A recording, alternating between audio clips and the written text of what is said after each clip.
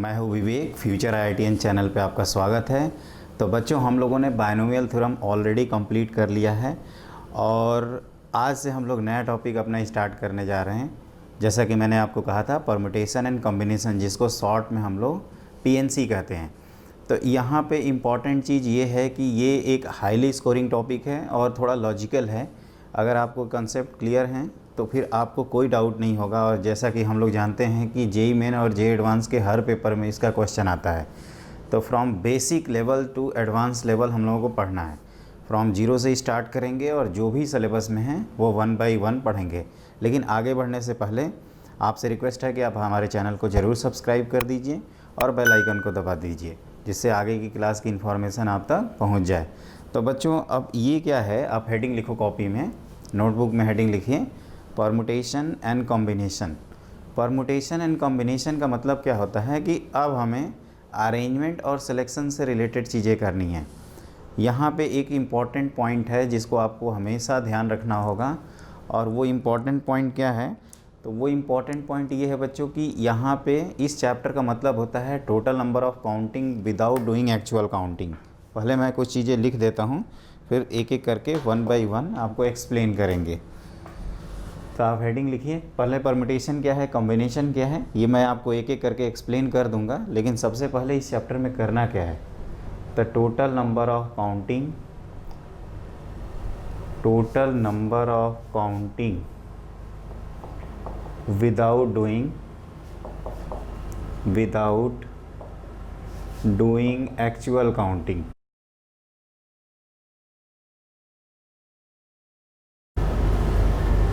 देखिए, अगर आप स्टार्टिंग से पढ़ रहे हैं तब तो आपको थोड़ा सा ये आश्चर्य लग सकता है कि ये कैसी चीज़ है भाई, कि हमें टोटल नंबर ऑफ़ काउंट भी करना है, एक्चुअल काउंटिंग नहीं करना है। तो बेसिकली बच्चों क्या है कि हमें कुछ कंसेप्ट यहाँ पे यूज़ करने हैं। कंसेप्ट मतलब फंडामेंटल थ्योरम। और यहाँ पे बेसिक जो अपना परम्यूटेशन कॉम्बिनेशन है 11th 12th और जेईई मेन जेईई एडवांस तक का, वो ये है कि आपको 4 प्रिंसिपल पता होने चाहिए। फंडामेंटल प्रिंसिपल पहला है आपका multiplication principle, addition principle, bijection principle और इंक्लूजन एक्सक्लूजन प्रिंसिपल। वैसे हम लोग एडिशन और मल्टीप्लिकेशन और बाइजेक्शन, इन्हीं तीनों से हम लोग अपने परम्यूटेशन कॉम्बिनेशन के आईआईटी जेईई के या जेईई लेवल तक के जितने क्वेश्चंस होते हैं वो हम लोग पूरे सॉल्व कर लेते हैं। लास्ट में हम लोग एक जगह पढ़ते हैं रीअरेंजमेंट, जो फॉर्मूला है जो लास्ट क्लास में आएगा, तो उसमें आपको इंक्लूजन एक्सक्लूजन की ज़रूरत पड़ेगी। वैसे उसमें क्या है कि एक स्पेसिफिक फार्मूला होता है जो आजकल जेईई फेवरेट हो गया है, और वो आप अगर याद रखते हैं तो आपको कोई दिक्कत नहीं होगी। तो मैं आपको 1 बाय 1 एक एक करके बता रहा हूँ।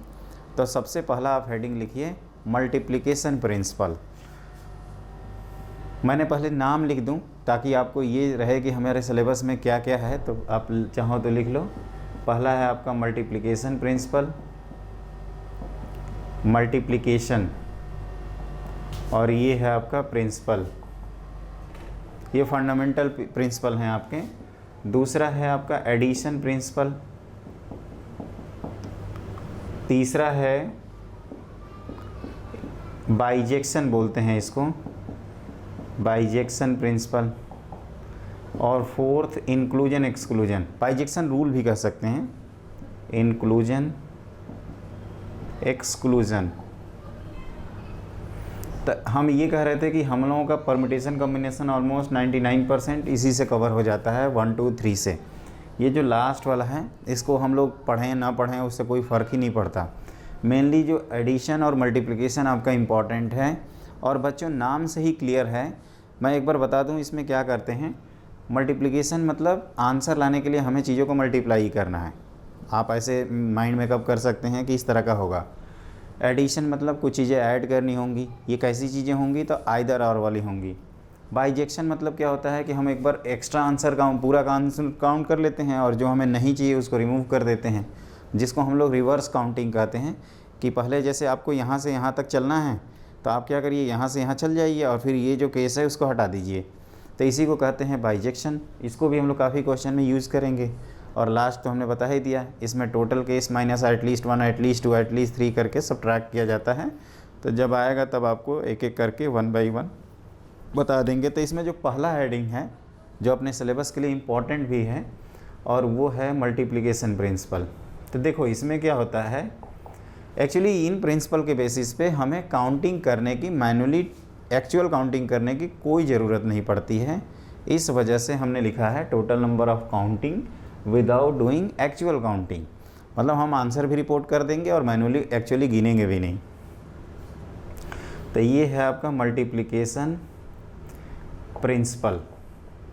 इसको समझने के लिए सबसे बेस्ट एग्जाम्पल होता है कि आपको मान लीजिए ये ए से कोई सी प्लेस जाना है और बीच में आपके पास एक बी ऑप्शन है, एक बी प्लेस। जैसे हमें ए से सी जाना था वाया बी, तो ए से बी जाने के आपके पास जो ऑप्शन हैं वो अगर आपके पास 4 हैं, मान लीजिए पाथ हैं ये 4, और यहाँ से यहाँ जाने के आपके पास 3 मेथड हैं। तो अगर मैं पूछूं कि आपको, जैसे मैं ही हूँ, तो मुझे ए से सी जाना है, तो कैसे मैं जाऊँगा, कितने मेथड से? तो उसके लिए देखो बच्चों, उसके लिए लिखना होता है, मैं इसको प्रॉपरली लिखवाऊँगा लेकिन इत्मीनान से देखिए। जैसे ये ए है, ये बी है, ये सी है, ये डी है, पी क्यू आर अगर हम नाम लिख दें, तो एक्चुअल काउंटिंग, जैसे मैं अगर जा रहा हूँ या आप जा रहे हैं, तो कौन कौन से पाथ फॉलो कर सकते हैं? तो अगर मुझे ए से सी जाना है तो मैं कौन कौन से पाथ फॉलो कर सकता हूँ? तो A P, A Q, A R, फिर B P, B Q, B R, फिर C P, C Q, C R, फिर D P, D Q, D R. तो ये टोटल कितने हो गए? 12 वेज हो गए।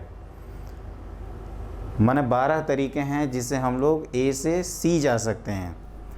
तो यहाँ पे जैसे क्या है, 4 है और यहाँ पे आंसर 3 है, तो 4 और 3 का कोई रिलेशन है जिससे 12 आंसर आ जाए? तो आप कहोगे यस, 4 × 3 = 12। इसी को कहते हैं मल्टीप्लिकेशन। अगर इन जनरल यहाँ पे m वेज होते हैं और यहाँ पे n वेज होते हैं तो हम लोग कितना लिखते हैं? mn ways. तो इसी को इस तरह से लिखा जाता है। आप चाहें तो लिख लीजिए नोट करके, मैं प्रॉपरली लिखवा देता हूँ। तो ये ऐसे लिख सकते हैं कि if an event can occur in m different ways and another event can occur in n different veg. m for mango, n for next. तो m different veg, n different veg. तो साइमल्टेनियसली ऑकरेंस का जो formula हो गया वह m × n हो गया। तो आप नोट करके लिखिए, मैं इसको प्रॉपरली लिखवाता हूँ। और ये कैसे गिना? तो A का कॉम्बिनेशन लिया तीनों के साथ, B का कॉम्बिनेशन लिया तीनों के साथ, फिर C का कॉम्बिनेशन लिया तीनों के साथ, और D का कॉम्बिनेशन लिया तीनों के साथ। तो 3 3 3 3 3 + 3 + 3 + 3 कितने हो गए? 12। और उसी चीज़ को कैसे लिख सकते हैं? तो डायरेक्टली m कॉम्बिनेशन n के साथ हैं, तो m × n। तो आप इसको प्रॉपरली लिखिए, नोट करके लिखो। तो देखिए बच्चों, हमने बोर्ड पे ऑलरेडी लिख रखा है प्रिंसिपल, ताकि आपका टाइम बचे और आराम से आप नोट कर लें। जैसा कि मैं आपको बता रहा था कि A से B जाने के m वेज हैं और B से C जाने के अगर n वेज हैं, तो total number of ways A से C जाने के होंगे m × n। तो उसी चीज़ को आप नोट करके लिख लीजिए कॉपी पे। इफ़ एन इवेंट एक, और वैसे भी ये पूरा चैप्टर भर प्रिंसिपल चलता रहेगा, तो अगर आप नहीं भी नोट करेंगे तब भी कोई दिक्कत नहीं है। लेकिन मेरा सजेशन है कि आप आराम से नोट कर लें, वीडियो रोकिए, आराम से नोट करिए, फिर मूव करिए। तो if an event can occur in m different ways and another event can occur in n different ways, then simultaneously occurrence of both events is m × n। जैसे कुल मिला के कहने का ये है कि जैसे हमारे हाथ में, इस तरह से भी कह सकते हैं इसको कि एक हाथ में पहली एक डाई है और एक हाथ में कोई दूसरी डाई है। तो अगर उनके आउटकम्स देखें तो पहले के 6 आउटकम, दूसरे के 6 आउटकम, तो टोटल कितने हो जाएंगे? 36 आउटकम। या टॉस का एग्जांपल लें, पहले हमारे हाथ में मान लीजिए कॉइन है, इसके 2 आउटकम्स, इसके 2 आउटकम्स, तो दो टॉस को, 2 कॉइन को अगर हम टॉस कर दें, मतलब 2 टॉस अगर करें, या एक कॉइन को 2 बार टॉस करें या 2 कॉइन को साइमल्टेनियसली टॉस कर दें, तो टोटल नंबर ऑफ़ जो आउटकम्स होते हैं वो कितने होते हैं? तो 2 × 2 = 4, HH HT TH TT, जैसा कि हम लोग पहले से ही जानते हैं। तो एक चीज़ ध्यान रखना है, इसमें जो वर्ड इम्पॉर्टेंट है वो ये है साइमल्टेनियसली ऑकरेंस। साइमल्टेनियस ऑकरेंस जब भी होगा, आप क्या करिए, सबके नंबर ऑफ़ वेज लिख दीजिए। स्टार्टिंग में क्या बोला? सबके नंबर ऑफ़ वेज लिख दीजिए। उसके बाद आप खुद से पूछिए कि क्या हमें सबको कंसीडर करना है, तो आंसर आपके अंदर से आएगा यस और नो। अगर यस आएगा तो हमें सभी नंबर ऑफ़ वेज को क्या करेंगे, मल्टीप्लाई कर देंगे। और दूसरा होता है बच्चों इसमें एडिशन प्रिंसिपल। हमने कहा भी था कि जो 4 प्रिंसिपल हैं उसमें मेनली 2 ही आपके पार्टिसिपेट करते हैं, बाइजेक्शन कहीं कहीं आता है। तो इसमें क्या होता है कि जैसे एक इवेंट m वेज से हुआ और दूसरा इवेंट n वेज से हुआ। जैसे उसी क्वेश्चन में अगर मैं फिर से एक बार बनाऊं, तो जो मैंने पिछले केस में कंसीडर किया था, ऐसे a से c बनाया था और यहाँ पे था b। अब यहाँ पे क्या है कि यहाँ से यहाँ जाने के आपके 4 मेथड है और यहाँ से यहाँ जाने के 3 थे। तो a से c जाना था तो 12 लिखे थे, लेकिन मान लीजिए मैं पहले से ही यहाँ पे हूँ और हमें इस b से गायब होना है। या तो मैं a जा सकता हूँ या तो c जा सकता हूँ। तो कितने तरीके होंगे, तो आप कहोगे इधर टर्न करेंगे सर तो आपके पास 4 ऑप्शन होंगे, और राइट साइड में टर्न करेंगे तो आपके पास 3 ऑप्शन होंगे। तो टोटल ऑप्शन कैसे हो गए, 4 + 3। तो यहाँ से लीव करने का है 4 + 3। या आप ऐसे भी समझ सकते हो कि एक हम मान लीजिए इस रूम में हैं और इधर एग्ज़िट डोर्स हैं आपके 4 लगे हुए हैं, या 3 डोर इधर हैं और 4 डोर आपके इधर हैं। तो अब हमें बाहर निकलना है इस रूम से, तो नंबर ऑफ़ वेज हो जाएगा आपका number of ways to exit. तो ये क्या कहेंगे, आइदर 3 + 4 विच इज 7। और यहाँ से भी आपके पास दोनों ऑप्शन जाने के, आइदर 4 + 3 आपके पास कितने थे, 7 वेज थे। तो यहाँ पे क्या करना है, आइदर और करना है। तो बच्चों 2 पॉइंट है इम्पॉर्टेंट पॉइंट जिसको आपको याद रखना है।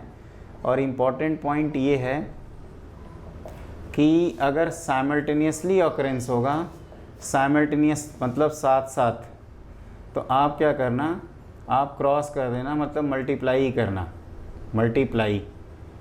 और अगर आइदर और कभी आए, आइदर और मतलब या तो ये, तो क्या करेंगे, ऐड कर देंगे। ये आपको ध्यान रखना है। जब साइमल्टेनियसली ऑकरेंस होगा तो मल्टीप्लिकेशन प्रिंसिपल, और आइदर और होगा तो एडिशन प्रिंसिपल।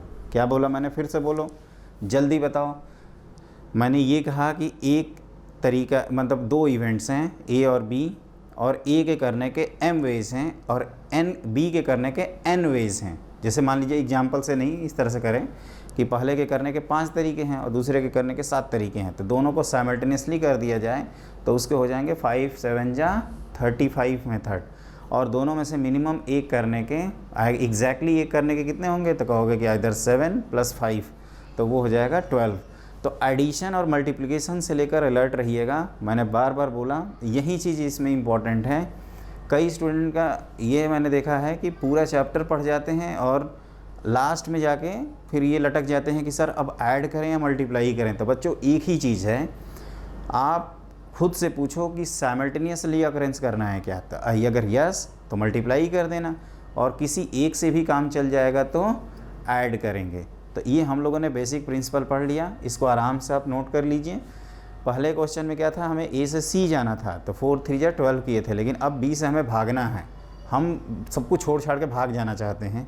तो यहाँ पे आइदर 4 + 3 7 वेज हो गए, या इस रूम से हमें बाहर भागना है। तो हमारे पास टोटल कितने हो जाएंगे, 3 + 4 7 options.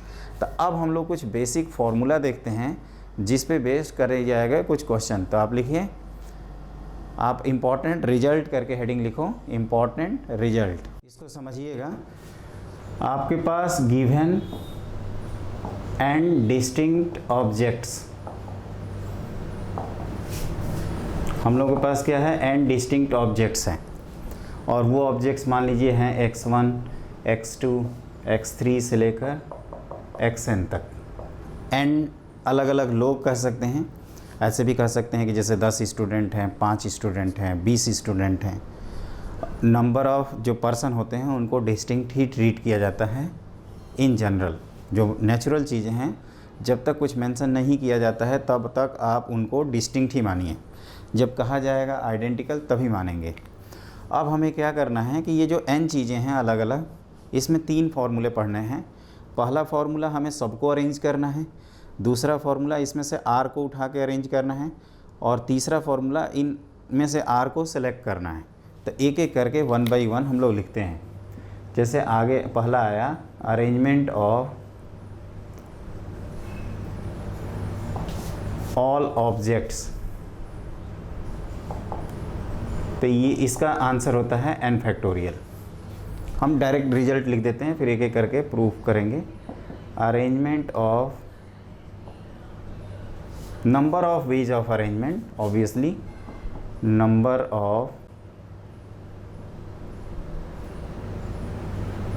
Ways of arrangement of all objects. यहाँ पे अगर लिखना हो तो आप ऐसे पूरा लिख सकते हैं, number of ways of arrangement. मैं एक्सप्लेन करूँगा, आप परेशान मत होइए। ऑफ आर ऑब्जेक्ट्स, आर का नंबर 1 से लेकर n तक कोई भी हो सकता है, इसका आंसर होता है NPR लिखते हैं।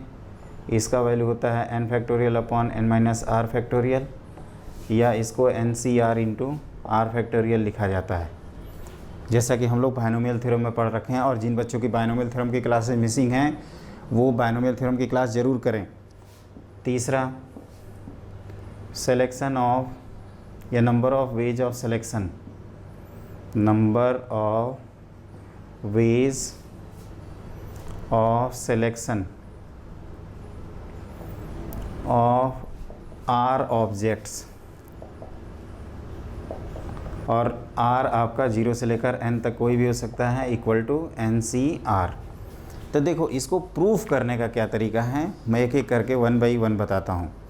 जैसे पहले केस में एक एग्जाम्पल करते हैं।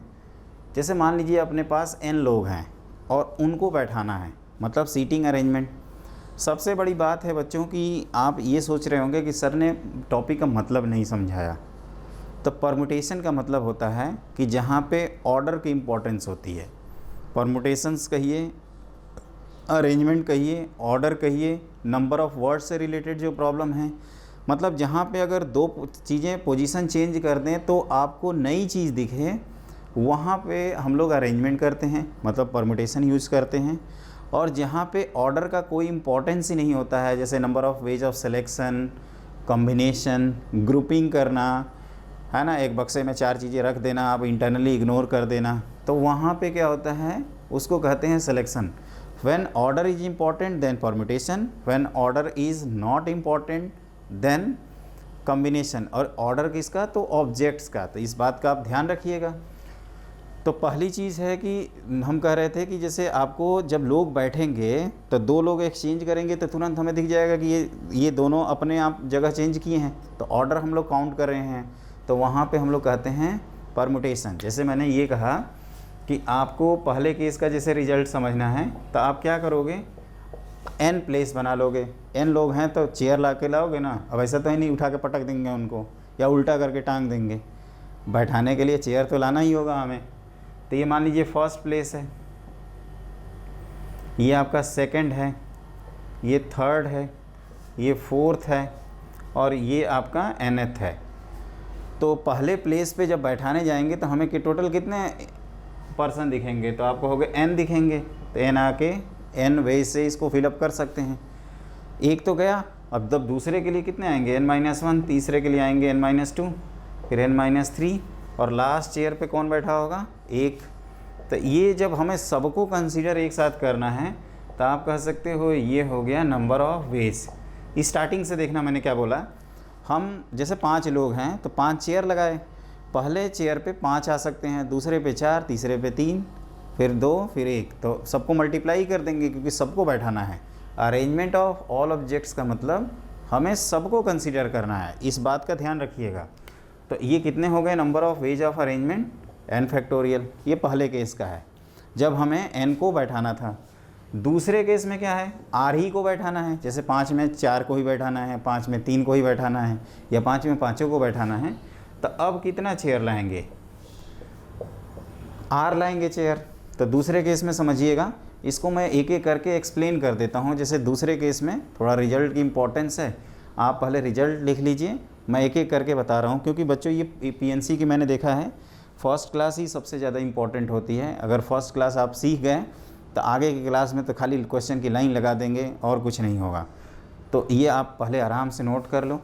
मैं एक एक करके सारे रिजल्ट्स को एक्सप्लेन कर देता हूँ। तो देखिए अरेंजमेंट ऑफ आर ऑब्जेक्ट्स में क्या किया हमने, मैंने कहा था कि आप आर चेयर उठा के लाना, तो और ये चेयर के नाम है, बीच में हमने ऐसे कर दिया। तो ये फर्स्ट प्लेस, आप प्लेस कह सकते हो इसको, ये सेकंड, ये थर्ड, ये फोर्थ, और ये क्या हो जाएगा आपका आरथ प्लेस। अब हम जब, और एक चीज़ ये भी इम्पॉर्टेंट है कि जब भी हमें काउंटिंग करनी हो तो हमेशा जहाँ पे रेस्ट्रिक्शन होती है उसके पॉइंट ऑफ व्यू से काउंटिंग करते हैं। जैसे अगर आपके पास 10 लोग हैं और 5 ही चेयर है तो यहाँ चेयर कम पड़ रही है, तो हम चेयर के पॉइंट ऑफ व्यू से सोचेंगे, ना कि लोग के पॉइंट ऑफ व्यू से। और अगर 10 चेयर है, 5 लोग हैं, तो हम लोग फिर लोगों के पॉइंट ऑफ व्यू से सोचेंगे। जो हमारे पास कम रहेगा उसी को, जैसे केमिस्ट्री में आप सब सुनते होंगे लिमिटिंग रिएजेंट, मतलब जो लिमिट करता है, जो डिसाइड करता है प्रोडक्ट को। तो यहाँ पे भी जो चीज़ें कम हैं वो डिसाइड करेंगी, या आपकी जो भी परफॉर्मेंस है, जो आपकी स्लो स्टेप है, उस पर डिपेंड करेगी सबसे वीकेस्ट सब्जेक्ट कौन है, क्योंकि बाकी नंबर आप उससे ज़्यादा पाओगे। तो ये हर जगह रूल एप्लीकेबल होता है बच्चों, यहाँ पे भी एप्लीकेबल होगा। तो एक चीज़ ध्यान रखिएगा, जैसे अब हमारे पास यहाँ पे क्या है, चेयर कम है, तो अब हम चेयर के पॉइंट ऑफ व्यू से सोचेंगे। तो पहले चेयर पे कितने आ सकती हैं जनता, तो n, क्योंकि n लोग थे। दूसरे चेयर पे n-1, n-2, यहाँ n-3, और 4 है तो 3 लिख रहे हैं, तो r है तो क्या लिखेंगे, r-1। तो ये है नंबर ऑफ़ वेज, हमने अभी जगह फिलअप किया। तो नंबर ऑफ़ वेज को आप चाहो तो नाउ लिख सकते हो, कैपिटल NOW। ये एक शॉर्ट होता है, बार बार ये आएगा पूरे चैप्टर में। तो नंबर ऑफ़ वेज को इस तरह से शॉर्ट में लिख दिया जाएगा। तो क्या लिखेंगे, n × n-1, सबको प्रोडक्ट करेंगे क्योंकि हमें सबको बैठाना है आर चेयर पे। तो ये हो जाएगा आपका n-r+1। ध्यान से देखिए, ब्रैकेट ओपन करेंगे तो n-r+1 होगा। अब इसमें क्या करिए, n × n-1, n-2 से लेकर n-r+1 तक तो था ही, इसमें n-r का फैक्टोरियल आप मल्टीप्लाई और डिवाइड कर दो। तो आप ध्यान से देखो, ये क्या हो जाएगा, n-r+1 का फैक्टोरियल, इसी तरह से एक एक करके कंबाइन होता जाएगा। और ये मैंने ऑलरेडी एक्सप्लेन किया है। कई सोच रहे हैं कि ये कैसे हुआ, अरे कैसे नहीं हुआ, अब होने जा रहा है। तो अब इसको लिख सकते हैं n⁻n-r का फैक्टोरियल। इसी चीज़ को हम लोग लिखते हैं NPR। आप बस फार्मूला याद रखिए क्योंकि कभी कभार आ सकता है, लेकिन हम लोग इसके आगे बढ़ जाएंगे। इसमें r फैक्टोरियल से मल्टीप्लाई करेंगे और डिवाइड भी कर डालेंगे। तो ये मल्टीप्लाई किया हमने, डिवाइड ऑलरेडी कर रखा है, और इससे तो आप पूरे तरह से अवेयर होंगे। इसको क्या बोलते हैं बच्चों, तो NCR इंटू ये क्या है, r फैक्टोरियल। यहाँ पे NCR क्या होता है, तो NCR होता है number of ways of selection of r objects, जैसा कि हमने आपको बायनोमियल में भी बताया था। तो तीसरा रिजल्ट इम्पॉर्टेंट है, number of ways of selection of r objects out of n distinct objects.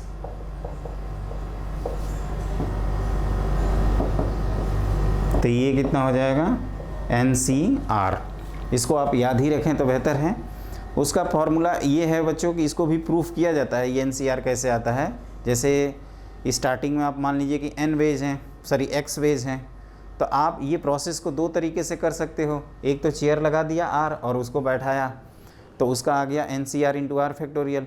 और अगर मान लीजिए इसी काम को हम लोग दो पार्ट में ब्रेक करते हैं, एक पार्ट जो हम लोग n में से r को उठा रहे हैं वो x मेथड से, और जो दूसरा पार्ट है कि r का r प्लेस पे अरेंजमेंट r फैक्टोरियल मेथड से, तो उस समय हम लोग लिखेंगे ये x into r factorial equal to NCR into r factorial. तो यहाँ से अपने x की वैल्यू ऑटोमेटिकली आ जाएगी NCR। लेकिन हमें बस आपको याद रखना है, ये इम्पॉर्टेंट है।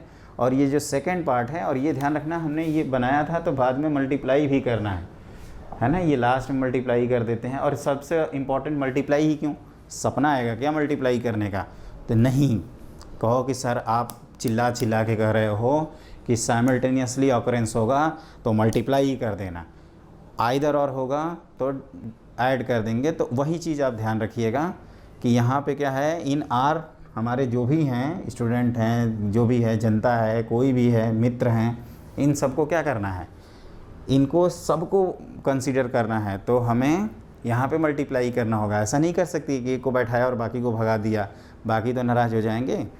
तो वो चीज़ ध्यान रखिएगा। n-r+1 आया तो n-r फैक्टोरियल से ऊपर नीचे मल्टीप्लाई किया और उसके बाद ये आपका बन गया n factorial upon n-r factorial. बच्चों एक चीज़ और बता दूं, नॉर्मली हमारी टेंडेंसी ये होती है कि हम NPR का फॉर्मूला एक ही जगह लिखते हैं। बस आप याद रखिएगा, क्योंकि मोस्टली हम NPR को NCR इंटू आर फैक्टोरियल लिखते हैं, क्योंकि मेरा मानना है कि उसको कॉम्बिनेशन करके अरेंज करना एक आसान ऑब्जेक्ट है, मतलब आसान ऑब्जेक्टिव है एज़ कम्पेयर टू NPR लिखना। ये फ्रिक्वेंटली यूज टर्म नहीं है। और NCR से तो हम लोग बाइनोमियल में पूरा देखे ही थे, हर जगह आ रहा था प्रॉपर्टीज ऑफ बाइनोमियल कोफिशिएंट्स में, तो इससे काफ़ी फैमिलियर रहते हैं। तो हम इसी को यहीं लिखा करेंगे। और ये एक इम्पॉर्टेंट रिजल्ट है कि R अगर जनता को सेलेक्ट करनी है आउट ऑफ N जनता तो क्या लिखेंगे, NCR। तो इस पर एक छोटा सा क्वेश्चन कर लेते हैं और उसके बाद आगे बढ़ेंगे। आपके पास 10 लोग हैं और इसमें पूछा गया है कि number of ways of arrangement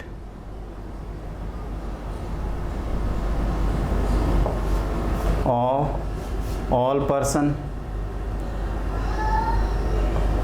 पहली चीज़। दूसरी चीज़ पूछी जा रही है नंबर ऑफ, आप चाहें तो पूरा लिख दीजिए, number of ways of arrangement of 4 person. और तीसरा number of ways of selection of 4 person. तो इन तीनों का हमें आंसर लिखना है। तो देखिए, अगर आपको रिजल्ट याद है तो आप तुरंत पहली चीज़ ये डिसाइड करना कि यहाँ पे ये अलग अलग हैं या मतलब क्या डिस्टिंक्ट ऑब्जेक्ट्स हैं या आइडेंटिकल हैं।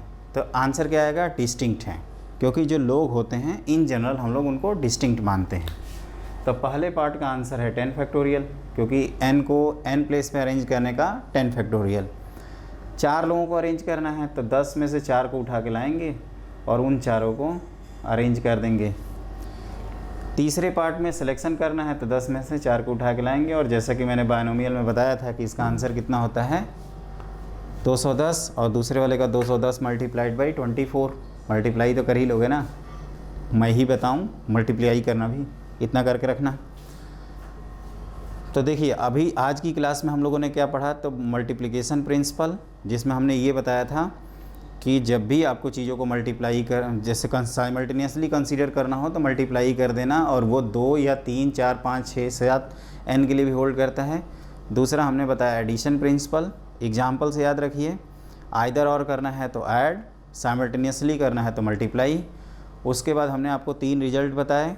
n अगर डिस्टिंक्ट ऑब्जेक्ट हैं तो सबको अरेंज करने का n फैक्टोरियल, r को अरेंज करने का NCR इंटू आर फैक्टोरियल, और r सेलेक्ट करने का NCR मेथड। तो बच्चों, आज की क्लास में हम लोग इतना ही पढ़ेंगे।